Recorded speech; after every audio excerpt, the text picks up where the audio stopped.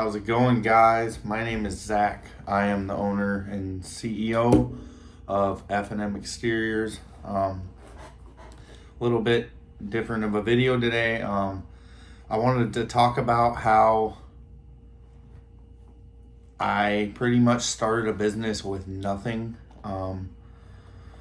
So 3 years ago, or 2.5 years ago, I moved to Oshkosh with a backpack and a fishing pole. I had been doing framing and other various jobs, and I was drinking for a long time. I didn't know what life was sober. I moved to Oshkosh to try to get a grip on life. I found a very strong recovery community here. I got lined up with a roofer in the area, and I began roofing. I learned pretty quick, and I was loyal to the guy, stuck with it, planned on sticking with it. I met my buddy Nate at the beginning. He did various construction jobs. We both like construction. I have more of a go get ya type of attitude, and Nate kind of just he stuck out to me. He was the only one that really got me, and so I worked for that contractor for a while. I started to get some clean time under my belt. Fast forward, I'm probably a year and a half sober. I left that contractor for another one. I quickly started realizing that maybe I could do more because I saw the money that they were making. I saw what it took to do it, and they didn't hide it from me because my old boss was a very good guy, and he's not the person to hold you back from something if you feel like you can achieve more. I still talk to him to this day. Nate kind of said, well, if you like roofing so much, why don't you make a post on Craigslist? So I started doing that, and I got my first job. Nate at the time had a V6 Ford F-150, and we did our first job. It was like a small cabin up north, and turned out pretty good. I started getting more calls, and over the next year, I worked for that contractor, and I would do roofs on the side. None of this would have been possible if I was drinking. I've never met a group of friends and people that messed with me that much. Like they actually cared for me, and that whole family of that company I worked for did. He supported it, and I was kind of hinting towards the fact that I was going to go full time, but I was afraid to make that jump. It's a very scary going into business on your own, especially for me, because I didn't know any other life besides working for someone and drinking. So I started to get some money saved up, and I finally decided to pull the plug and open up my own company. Now, from a V6 truck, we own 5 trucks. We own a dump truck, a kind of a shittier truck, but it's ours. We just got the new 2500 HD.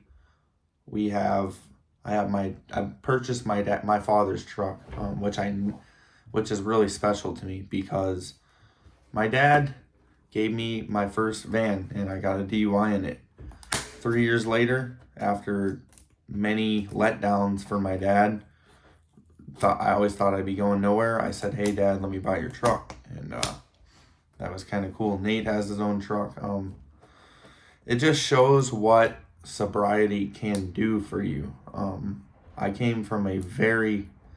created a very dark place for myself, and as long as you do the right thing, no matter what, it always works out. And the right thing for me was to not drink and damage my life and other people's lives. Now, I'd like to believe I live comfortably.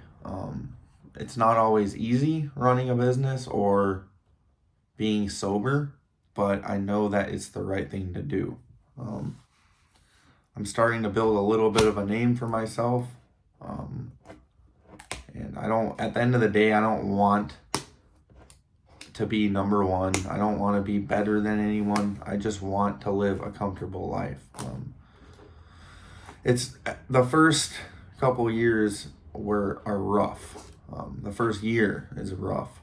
You feel like you don't deserve the things that are coming back to you. But I quickly realized that I am a good person. I'm a great person, and God has plans for everyone. Like I said, we didn't have anything. I moved to Oshkosh with a backpack and a fishing pole. And it is crazy to even think that I would own one truck, or let alone 5, and be trusted on $500,000 houses. It's just, I wanted to make this to hopefully motivate some people. Like I said, the worst thing that can happen if you chase your dreams is that you have to work another job. And I can get a job anywhere. So I figured, why not take that risk? And so far it's paid out. I still talk to my old bosses. They're both very supportive over me. Some of them even throw me some work. I throw them whatever scraps that I get. Not that they need it, but yeah. I just wanted to give a special thanks to everyone who has been following me the last month or so. It really, it brightens up my day. Makes me keep going. I still trying to focus on my sobriety and regularly go to meetings. I have a better relationship with my dad nowadays, which is great. I just did my grandma's roof, and she didn't have to pay for a brand new roof from a big contractor, which is great, because I was a really shitty person when I drank. And no one has to be like that. And if you would like to talk to me or reach out to me specifically, you can message me on Facebook at Zachary Federer, ZACHARY FEDERER. Also, just a little update. We are going to be picking back up on videos. I have like 4 jobs planned for the end of the year, and I hope to get into some snow plowing and other types of side hustles, maybe like property cleanouts. Next year I want to hit it hard, full force, grow this YouTube, and at the end of the day I want to stay focused on my recovery, because without recovery, none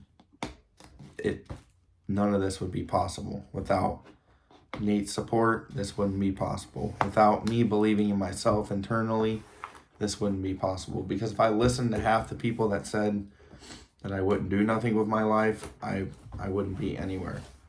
Thank you guys for watching. I hope everyone is having a great day, and God bless you all, and hopefully many more to come.